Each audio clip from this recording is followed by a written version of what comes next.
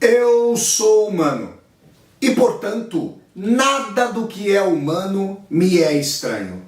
Assim falava o poeta e dramaturgo romano Terêncio, e assim falo eu, Flávio Ricardo Vassoler, escritor, professor, youtuber e nômade, fiel como os pássaros migratórios. E hoje, em mais um vídeo de leitura literário-geográfica aqui no meu canal do YouTube, Flávio Ricardo Vassoler, eu trago para vocês fragmentos de uma das mais importantes obras para a minha formação, por uma outra globalização, do grande, do formidável geógrafo brasileiro Milton Santos, nascido, salvo engano, no município de Brotas de Macaúbas, no formidável estado da Bahia de Todos os Santos. Professor da Universidade de São Paulo, geógrafo que recebeu grande reconhecimento tanto no Brasil quanto na comunidade internacional. Milton Santos foi fundamental com seus livros para que eu pudesse aprender a dialética, os caminhos da dialética. E li Por uma Outra Globalização pela primeira vez no ano de 2002, na cidade de Porto Seguro, ali por janeiro de 2002. Nunca vou me esquecer dessa experiência e agora trago para vocês fragmentos da introdução de Por uma Outra Globalização do grande mestre Milton Santos. O mundo como fábula, como perversidade e como possibilidade. Vivemos num mundo confuso e confusamente percebido. Haveria nisso um paradoxo pedindo uma explicação? De um lado, é abusivamente mencionado o extraordinário progresso das ciências e das técnicas, das quais um dos frutos são os novos materiais artificiais que autorizam a precisão e a intencionalidade. De outro lado, há também referência obrigatória à aceleração contemporânea e a todas as vertigens que cria, a começar pela própria velocidade. Todos esses, porém, são dados de um mundo físico fabricado pelo homem e pela mulher, cuja utilização, aliás, permite que o mundo se torne esse mundo confuso e confusamente percebido. Explicações mecanicistas são, todavia, insuficientes. É a maneira como, sobre essa base material, se produz a história humana que é a verdadeira responsável pela criação da Torre de Babel em que vive a nossa era globalizada. Quando tudo permite imaginar que se tornou possível a criação de um mundo veraz, o que é imposto aos espíritos é um mundo de fabulações, que se aproveita do alargamento de todos os contextos para consagrar um discurso único. Seus fundamentos são a informação e o seu império, que encontram alicerce na produção de imagens e do imaginário, e se põem ao serviço do império do dinheiro, fundado este na economização e na monetarização da vida social e da vida pessoal. De fato, se desejarmos escapar à crença de que esse mundo assim apresentado é verdadeiro e não quisermos admitir a permanência de sua percepção enganosa, deveremos considerar a existência de pelo menos 3 mundos num só. O primeiro seria o mundo tal como nos fazem vê-lo, a globalização como fábula. O segundo seria o mundo tal como ele é, a globalização como perversidade. E o terceiro, o mundo como ele pode ser, uma outra globalização. O mundo tal como nos fazem crer, a globalização como fábula. Este mundo globalizado, visto como fábula, erige como verdade um certo número de fantasias, cuja repetição, entretanto, acaba por se tornar uma base aparentemente sólida de sua interpretação. A máquina ideológica que sustenta as ações preponderantes da atualidade é feita de peças que se alimentam mutuamente e põem em movimento os elementos essenciais à continuidade do sistema. Damos aqui alguns exemplos. Fala-se, por exemplo, em aldeia global para fazer crer que a difusão instantânea de notícias realmente informa as pessoas.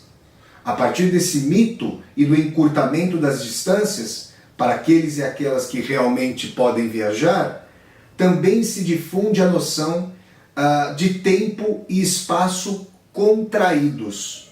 É como se o mundo se houvesse tornado, para todos e para todas, ao alcance da mão.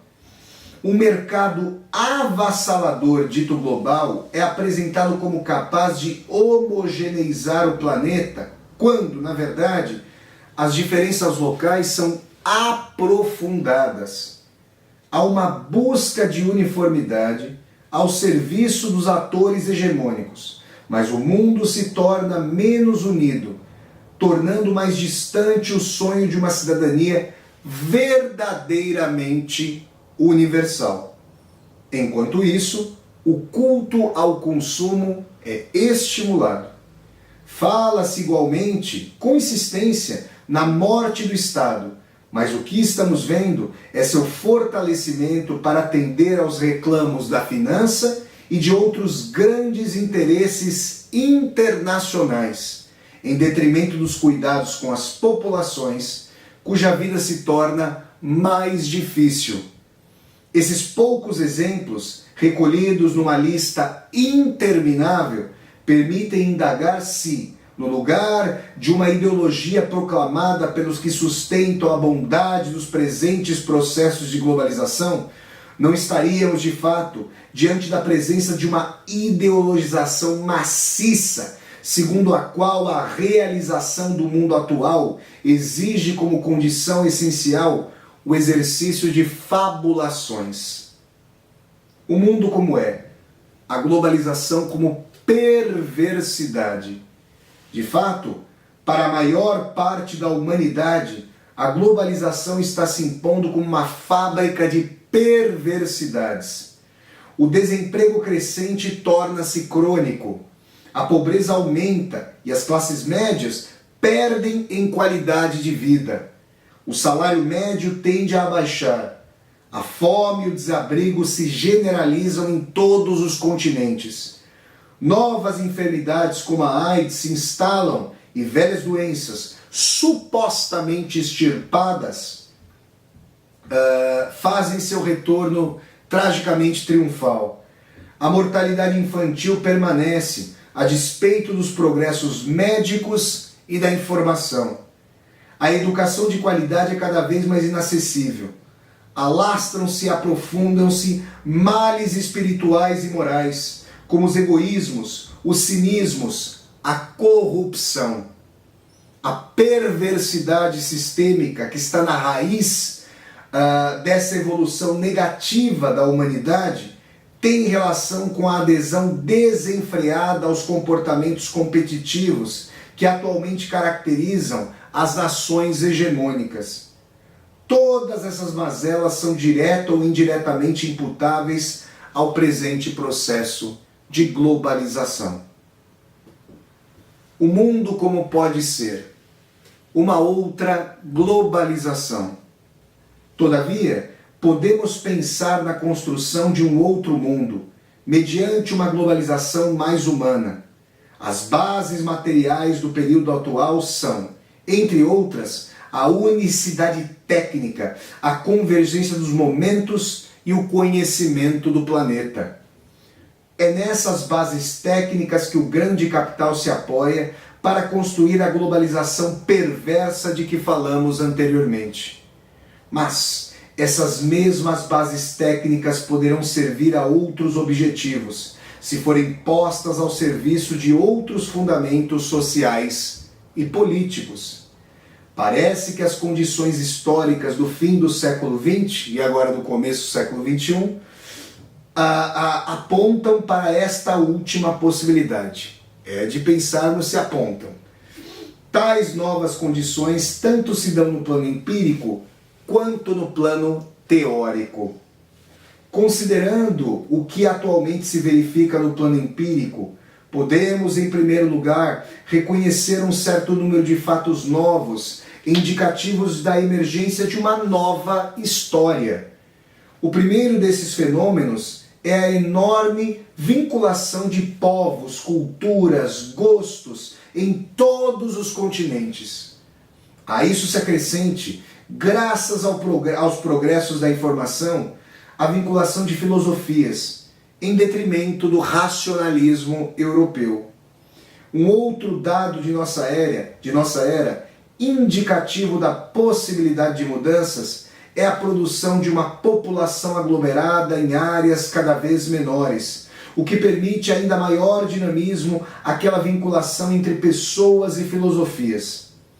As massas de que falava José Ortega y Gasset na primeira metade do século XX, no livro A Rebelião das Massas, de 1937, ganham uma nova qualidade em virtude da sua aglomeração exponencial e da sua diversificação. Trata-se da existência de uma verdadeira sociodiversidade, historicamente muito mais significativa do que a própria formação da atmosfera.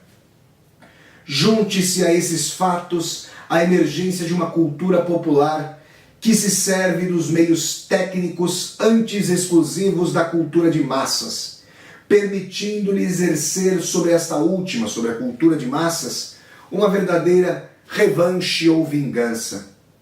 É sobre tais alicerces que se edifica o discurso da escassez, afinal descoberta pelas massas.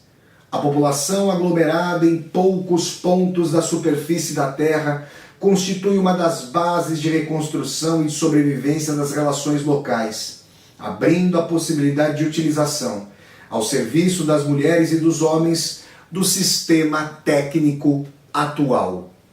No plano teórico, o que verificamos é a possibilidade de produção de um novo discurso, de uma nova metanarrativa, um novo grande relato.